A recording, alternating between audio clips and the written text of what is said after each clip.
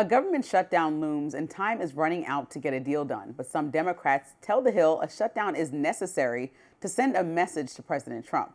So Democratic leadership is rejecting a GOP-led Stopgap bill this week. They say the bill was put together with little Democrat input and doesn't extend health care subsidies under the Affordable Care Act. Here's what House Minority Leader Hakeem Jeffries said about the bill. House Democrats have been clear that we will not support a partisan Republican spending bill that continues to gut the health care of the American people. That's not a clean continuing resolution. It's a dirty spending bill, and one that is unacceptable. Now, Senator Chuck Schumer is sending that same message, saying they have an upper hand if the federal funding stops, that Republicans are now in a weaker position than they were earlier this year, and Democrats are more united than ever.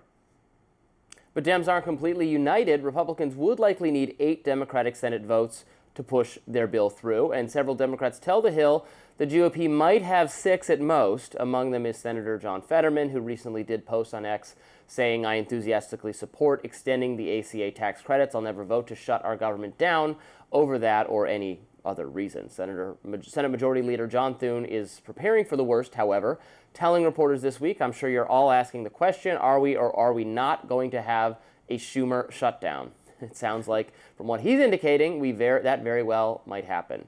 I don't know. I would remind Democrats that every time there's a government shutdown, it's the obstinate party that takes the blame for it. Republicans have found this out the hard way. So strategically, I don't know whether it makes... Now, I know their base wants them to obstruct and resist and fight Trump, fight some way. And I guess this is something. It's really the only thing they can do because they don't have any political power.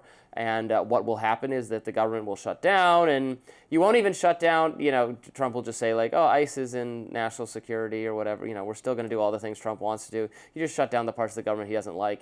And then eventually it will, it'll resume, and they vote back pay for all the furloughed employees, so it doesn't even save any money. So I'm totally against it because I've learned the hard way that even though government shutdown are that's 2 of my most favorite words in my most favoriteest order. Government and shutdown. It doesn't actually accomplish my goal of making government smaller.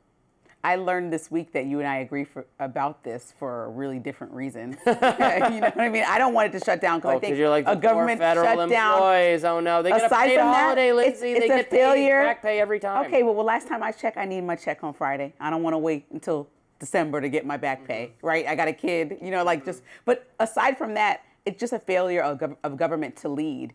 If the government shuts down, it's actually just a failure of them to do their job, whatever party is doing it. So I completely disagree with it. I also think that, when you think about people that are furloughed, maybe people in this economy don't have the means to be furloughed and get that money later, or whatever you're saying that they're going to get it. Military pay being delayed. These are people protecting our country. You don't care about that either. These people should not be on the chopping block of these congressional games that they're playing, and the party's not trying to do this. You don't support the troops, Robbie, to me?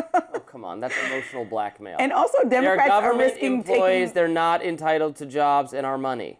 Well, saying no, I think, is the biggest part without a bipartisan solution. So I want to hear somebody coming to the table. They're saying, they want to lean into healthcare and talk about how we can extend some of those protections in the Affordable Care Act. Lay them out, be specific, because Republicans are really specific. Okay, this is the Schumer shutdown. Here's what we want to do. We want to, extend these tax credits, whatever they're trying to do. They're really specific all the time. I think that Democrats need to be really specific, get out there, talk to constituents. And you know what? Everyone knows the midterms are getting closer and closer. So the more people do stuff like Democrats' prospects for it are not improving. Well, here's the opportunity, right? Strike the iron while it's hot. This is the iron. The Schumer shutdown, that's the opportunity? No, people want them to stand up, but stand up for what? People want to hear, what are you standing up for? I don't know that people want them to stand up. Democrats want No, you said the party wants... The party has complained that they get bulldozed and steamrolled all the time. Yeah. That's been a complaint within the party. They're so weak and feckless, pathetic. I'm trying to have a serious conversation with Robbie. Popular. So we'll just keep talking about this and see by the end of the month if the government shuts down. We both hope it doesn't, but for 2 very distinctly different reasons. See that building back there? Shut down. Oh, there it is. All right, next up, President Trump says he will be designating Antifa as a terrorist organization. We can't wait to discuss that. Stick with us.